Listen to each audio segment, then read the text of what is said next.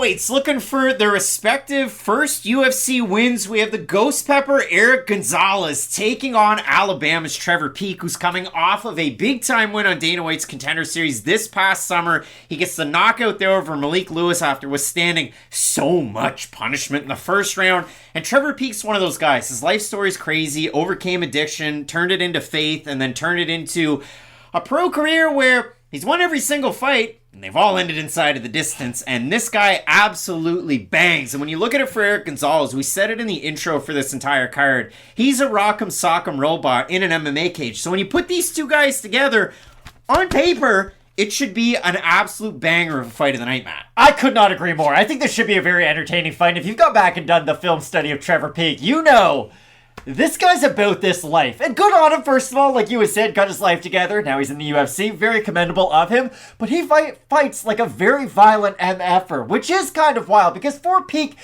I am very curious if that's going to be the best style to fight a guy like Erick Gonzalez, because Gonzalez himself is very open for that kind of a fight. I know we've seen Gonzalez get hurt in many different brawls before, but still, that's where he himself is a very dangerous fighter. So be curious to see if Peek is just willing to throw down and have one of those classic brawls, because if he is going to have one, we all know what kind of punching power he has. We all know the boxing combinations that a guy like Peek possesses, but he might leave himself open for the big counter shots of Erick Gonzalez, and that's why I'll be curious to see how does Peek go into this fight fighting, because I will say, on one hand, I think the brawl could really help him because, again, we've seen some of the defensive liabilities from a guy like Erick Gonzalez, but on the other hand, it might leave the window open for Gonzalez to just have some of those 50-50 exchanges with Peek. So, I listened to interviews that both of these guys did with MMA Sucka, and by extension, James Lynch, and in them, Erick Gonzalez said that he switched up his camp. So he's been a fight science guy for the majority of his career. For this one, it's CMMA, and you might go, who trains at CMMA? I know that gym, right? Yeah, the War Master, Josh Barnett, but also, and a guy who's going to be in his corner, Chad George. There's also David Waters there. But for fighters, Victor Henry trains out of that gym. Weber Almeida, you've seen a little bit with Lyoto Machida. If he ever does train in around California, it's out of that gym. But a good mix for Erick Gonzalez to get ready for a matchup like Trevor Peek and kind of add a little bit of variety to his overall game. And he's really utilized a mental coach to get ready for this one, to get himself into the right headspace to take on a guy like Peek, and vice versa. For Peek, James is talking to him. He says, who are you training with? And he said, in his own words, Torres Finney, a guy who's 4-0, who's a middleweight. That's the guy who he's sparring with at Agoji Combatives. That's in Chattanooga, Tennessee. But he also said, and this is a quote, somebody asked me how much the 100% finish rate means to me. Everything. So Trevor Peek's coming in to bang, bro. So this is a good time fight. This is a big time fight. And for Peek, what you might not know about him, that fight against Malik Lewis, you'll see on Numbers on a Page, wins it in the second round by finish. He got beat to a pulp in that first round and then came right back a ticking. And it wasn't even that he got beat and then came back. It was in the last minute and a half of the first round, Lewis just blew his load. He did. And he didn't have anything left, and Peek just continued to go at it. The fight against Kama Worthy, boom goes the dynamite, and it's over. So Peek definitely has that type of power. His wrestling defense can struggle, but he has that Derek Lewis just get up in him. Whereas for Erick Gonzalez, he's well-rounded in his own right. Now, it was a little weird because the commentary when he's taking on Terrence McKinney said, and I think it was Bisbing that said it, but if I'm wrong, and I apologize. Somebody said it in that fight, he should go out there and wrestle against Terrence McKinney, and I thought, what?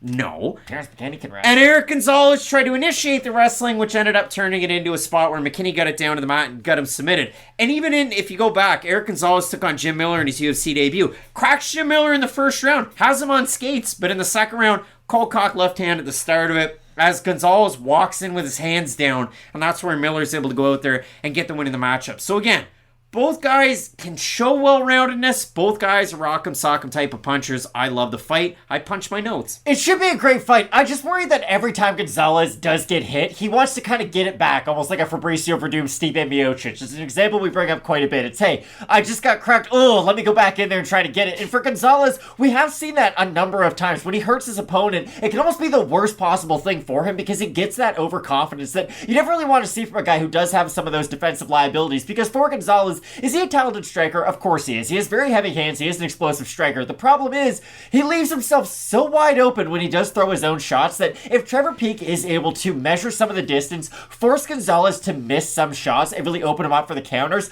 I could easily see Peek putting him down with 1 or 2 clean shots in the first round. Now, originally the matchup was supposed to be Gonzalez against Darius Flowers, which is wild because Darius Flowers was going to try and beat Jared Cannonier and go from middleweight to then welterweight to then lightweight, and it would have been his first lightweight fight of his entire career. So kudos to him, but it didn't happen. So Flowers is out of the matchup, and Trevor Peek was supposed to get the returning, about 5 years away, Alex Reyes. That fight was scrapped. They threw these two guys together. So now we get just a hellish type of matchup. Peek is a slight favorite in the fight. We have a look at the Topology votes. Surprise to us as they are to you.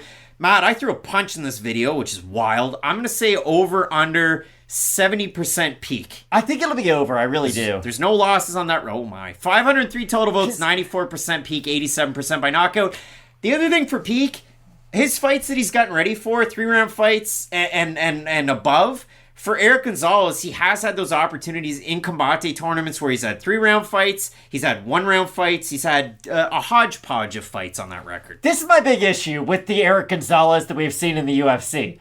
I gotta be honest, you can go back and watch our earlier videos. I wasn't that impressed by him when he came into the UFC. Like, again, he's an exciting fighter. His fights are always going to be fun to watch, but I didn't project an overly high ceiling for him. Now, I understand he has fought a very high level of competition for his 2 UFC fights. Like, Jim Miller and Terrence all-time McKinney UFC wins leader are 2 very talented fighters. And I understand Miller's not in his prime anymore, and McKinney might not be the guy that a lot of people thought he was, but those are 2 very talented and technical fighters. I just keep on going back to what my opinion of Erick Gonzalez was before he came into the UFC. And it's very similar to what I still think of him, and for those reasons, I think Peek's going to be good enough defensively with some of his takedown defense. I do think he is going to have to defend a couple shots from Erick Gonzalez, but I still think Gonzalez is going to be able to learn all these new tricks at the age of 31 after suffering a couple losses. I love what I heard out of Gonzalez in that interview that he did with Lynch, and for Trevor Peek, I mean, a Ruby Sport type of guy, and you look at the way that he's in some of these fights, and it's all gas, no brakes, everybody says it. But when you do look at it for a guy like Trevor Peek, I mean, he's able to withstand the flurries of a lot of his opponents and then go out there and get the finish. And